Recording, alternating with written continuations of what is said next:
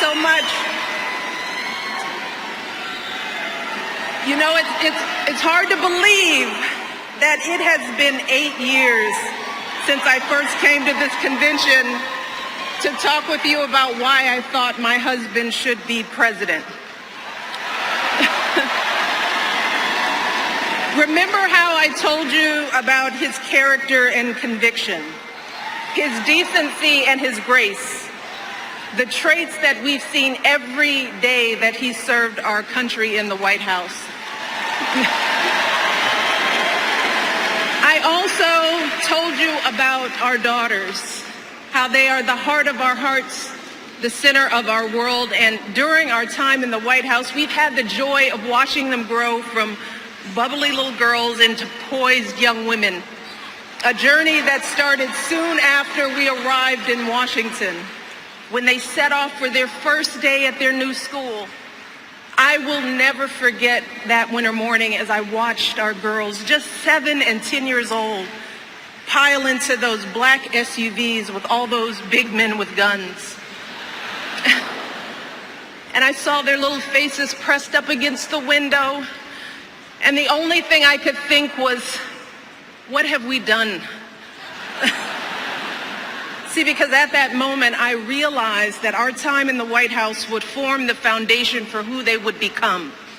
And how well we managed this experience could truly make or break them. That is what Barack and I think about every day as we try to guide and protect our girls through the challenges of this unusual life in the spotlight. How we urge them to ignore those who question their father's citizenship or faith. How we insist that the hateful language they hear from public figures on TV does not represent the true spirit of this country. How we explain that when someone is cruel or acts like a bully, you don't stoop to their level. No, our motto is, when they go low, we go high.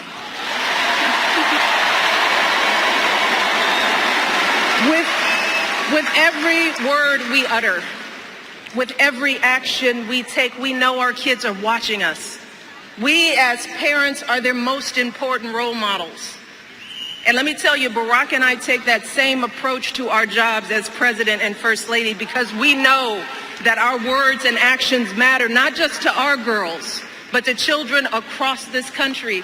Kids who tell us, I saw you on TV, I wrote a report on you for school.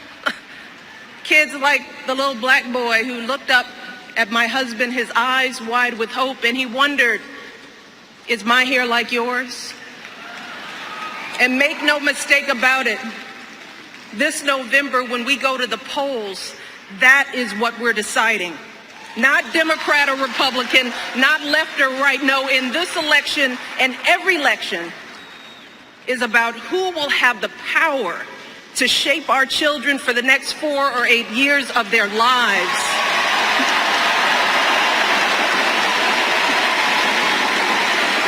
And I am here tonight because in this election, there is only one person who I trust with that responsibility.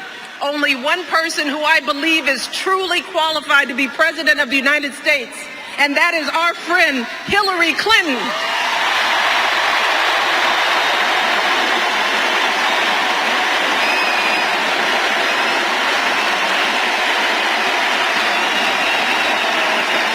That's right. See, I trust Hillary to lead this country because I've seen her lifelong devotion to our nation's children. Not just her own daughter, who she has raised to perfection, but every child who needs a champion. Kids who take the long way to school to avoid the gangs. Kids who wonder how they'll ever afford college. Kids whose parents don't speak a word of English but dream of a better life. Kids who look to us to determine who and what they can be. You see, Hillary has spent decades doing the relentless, thankless work to actually make a difference in their lives. Advocating for kids with disabilities as a young lawyer, fighting for children's health care as First Lady, and for quality child care in the Senate. And when she didn't win the nomination 8 years ago, she didn't get angry or disillusioned.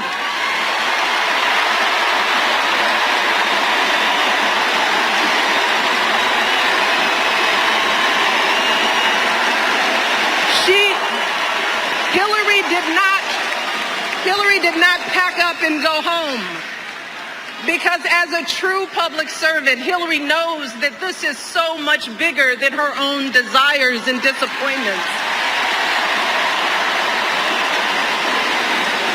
So she proudly stepped up to serve our country once again as Secretary of State, traveling the globe to keep our kids safe. And look, there were plenty of moments when Hillary could have decided that this work was too hard, that the price of public service was too high, that she was tired of being picked apart for how she looks or how she talks or even how she laughs. But here's the thing. What I admire most about Hillary is that she never buckles under pressure. She never takes the easy way out. And Hillary Clinton has never quit on anything in her life.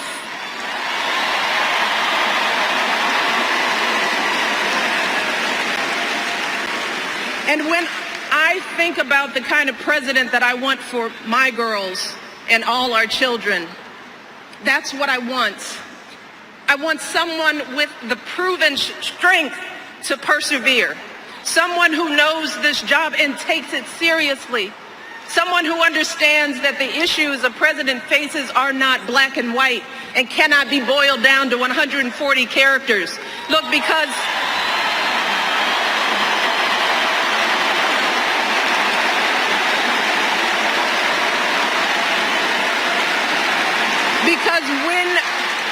when you have the nuclear codes at your fingertips and the military in your command, you can't make snap decisions. You can't have a thin skin or a tendency to lash out. You need to be steady and measured and well-informed.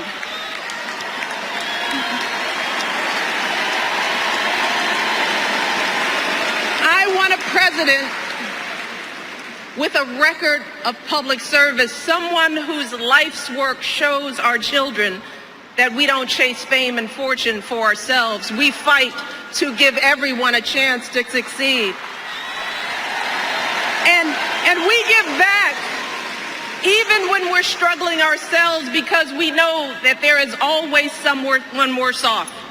And there, but for the grace of God, go I. I want a president who will teach our children that everyone in this country matters.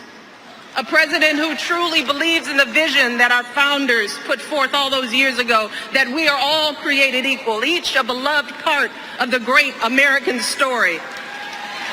And when crisis hits, we don't turn against each other. No, we listen to each other. We lean on each other, because we are always stronger together.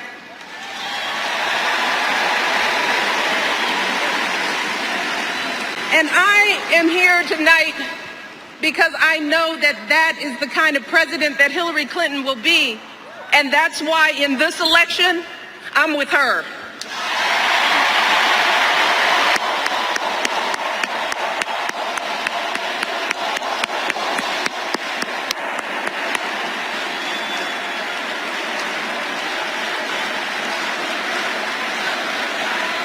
You see, Hillary understands that the president is about one thing and one thing only.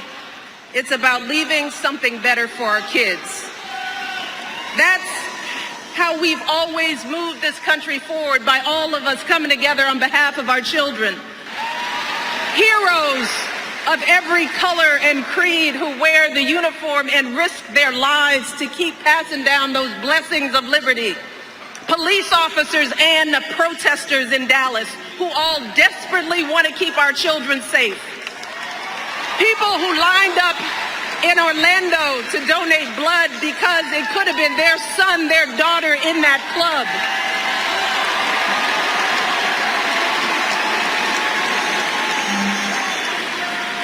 Leaders like Tim Kaine,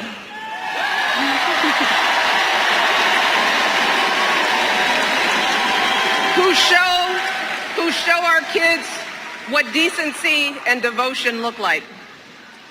Leaders like Hillary Clinton, who has the guts and the grace to keep coming back and putting those cracks in that highest and hardest glass ceiling until she finally breaks through, lifting all of us along with her.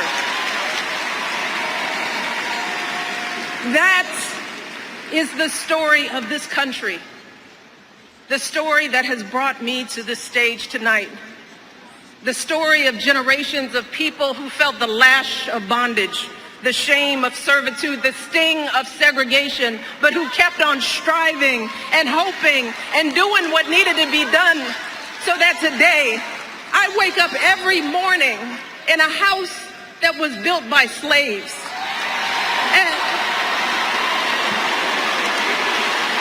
And I watch my daughters, two beautiful, intelligent black young women, playing with their dogs on the White House lawn.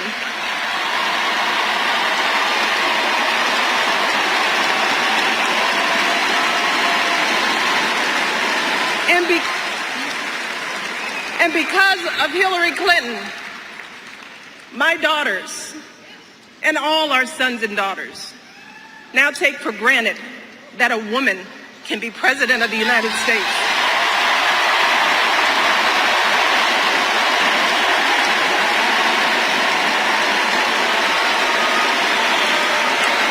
So look,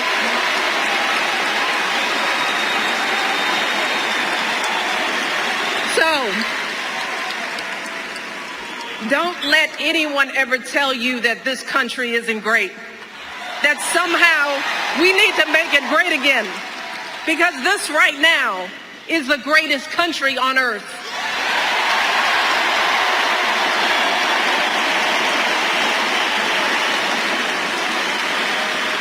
And as my daughters prepare to set out into the world, I want a leader who is worthy of that truth.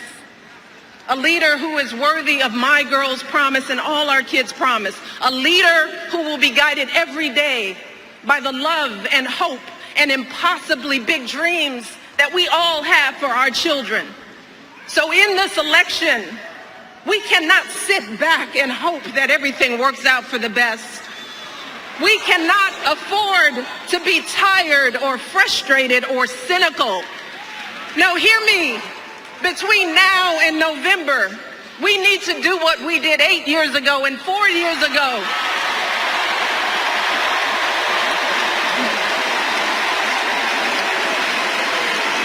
We need to knock on every door. We need to get out every vote. We need to pour every last ounce of our passion and our strength and our love for this country into electing Hillary Clinton as president of the United States of America. So let's get to work. Thank you all. God bless.